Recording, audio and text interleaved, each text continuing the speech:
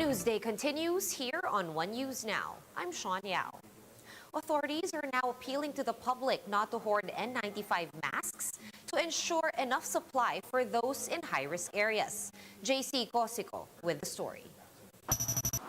It's business as usual at the Laurel Public Market in Batangas despite the threat of another Taal volcano eruption. Some residents were seen buying food and other items as they prepare for the worst scenario. Dahil kagaya nung nakaraang nung pumutok, paglusong namin wala na, sarado na lahat. Puro na dito sa puro abo na rin sa palengke. Wala na katao-tao. So kaya ang ginawa niyo? Kaya ngayon lumusong ng agad para makapamalingke. They can still recall what happened when the volcano erupted last year. Mula po sa buhangin hanggang nakaabot po kami ng Tagaytay. May lindol na po noon tapos biglang namuo na yung paligid, hindi na namin mapagmasan dahil nga puno-puno na ho ng smog. Okay. Tapos may mga lindol, das kidlat. Other people went here to buy N95 masks, which are now running low in supply. Ay, kailangan po at ako'y may sinusitis. Kaso ito'y 3 box na lang po, wala na po Last na po ari, buti nabutan. Kasi yung iba, wala. Dapat pupunta pa ng Tanawan, kaysa Talisay kung meron. Sellers noticed the demand increased when Taal started emitting volcanic smog last week. Di ba po last week pa po na marami po nabili kasi nga po yun na po yung ina-advise po na gamitin. It's the same scenario in the nearby town of Agoncillo. Kaso nagkaubusan lang po talaga. Bali, wala po talaga kaming stock ngayon kasi po wala pong nakakapagdala pa ulit. With this, Agoncillo Mayor Daniel Reyes has an appeal to residents. Kung hindi naman na kayo nandun sa affected areas, kung pwede, ito na lang mga surgical mask ang gamitin natin. At huwag na tayong makipag-agawan dun sa mga affected na residente natin dun sa 2 barangays. VVOCS has placed Taal volcano under alert level 3. This means hazardous eruption is possible within days to weeks if unrest continues to increase.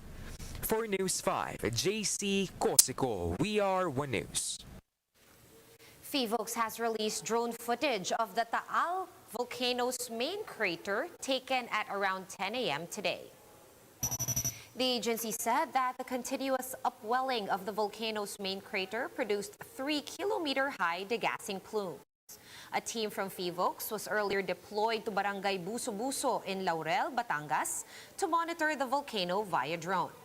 Residents near Taal are urged to be on guard for ashfall and sulfur inhalation after its phreatomagmatic eruption yesterday. And some residents in one barangay in Laurel, Batangas refused to evacuate despite the threat of another eruption. Mobile journalist Jacob Lazaro joins us from on the ground for the details. Jacob, how's it going over there? Hi, good afternoon. I'm here right now in Barangay Buso-Buso in Batangas. And according to VVOCS, the volcanic activities they're picking up are earthquakes and huge emission of sulfur dioxide emission. But the real threat to the residents is the large amount of sulfur dioxide from Taal. In fact, after staying here for 1 to 2 hours, I'm actually having a hard time breathing because my throat is becoming a little itchy and I felt a little dizzy, but overall, I'm fine. Unlike the other residents here who are experiencing fevers and are throwing up.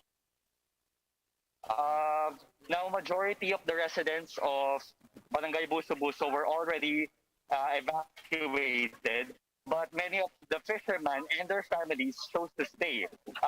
For example, like Jerry Gulion, a fisherman we interviewed earlier, caught 29 kilos of fish where he will earn a profit of 500 to 1,000. And I'm going to show you a view right now. These are all of the fishing boats used by the fishermen earlier today. There were a lot of fish. It's important to take note that Jeremy Gillion and the other fishermen here in Buso-Buso are just one of the many fishermen taking their chances with a possible eruption of Taal so they can feed their family.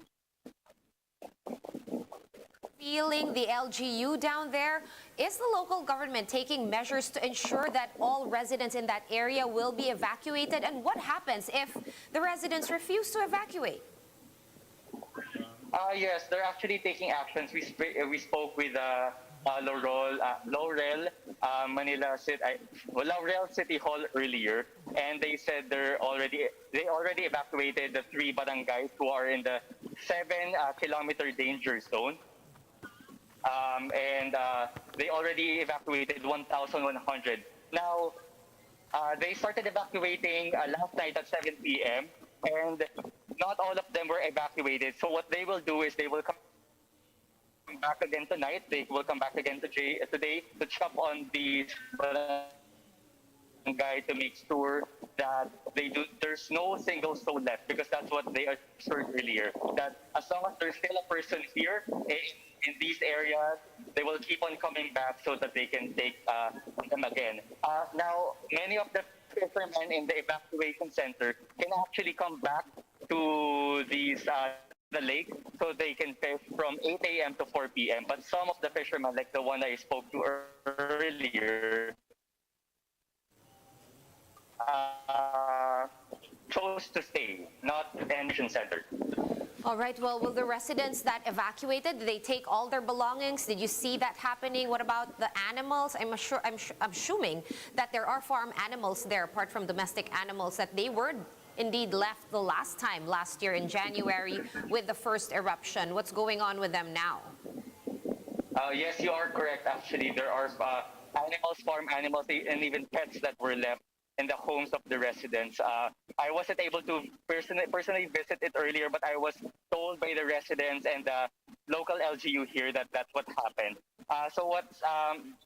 These residents, actually, when we came to the one of the evacuation centers earlier, they regretted not being able to bring many of the things that they actually needed, because in the evacuation centers, they were provided with the food, but they weren't able to bring any pillows or sheets or mattresses, so they're really sleeping on the cold ground, although they were provided a mat that they can use.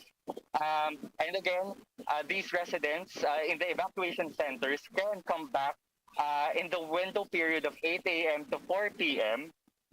so they can take care of their livelihood here, such as feeding of their farm animals and check up on their homes. All right, thank you so much for all those updates. Please stay safe there in Taal. That was Jacob Lazaro joining us live from Laurel in Batangas. And the health department has reported nearly 6,200 fresh COVID-19 infections. That has brought the total of 1,424,000. At least 177 more COVID deaths were also confirmed overnight, while over 2,200 new recoveries were logged in the last 24 hours. The Octa Research Group has noted a slight increase in new COVID-19 cases in Metro Manila this week. In its latest report, Octa said that the NCR had an average of 686 new cases per day from June 25 to July 1st.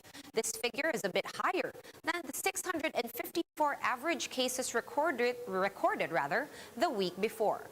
Despite this, Octa said that hospitals in the capital region remain within safe levels. Hospital bed occupancy is currently at 36%, while some 44% of ICU beds across the region are occupied. For more updates, visit News 5, The Philippine Star, and Business World online. Visit our website, onenews.ph, for more in-depth analysis. You can also catch One News on the Signal Play app. Register for a free account now at www.signalplay.com and stream One News live anytime, anywhere. Mask on, wash hands, and stay safe, Philippines. I'm Sean Yao. We are One News.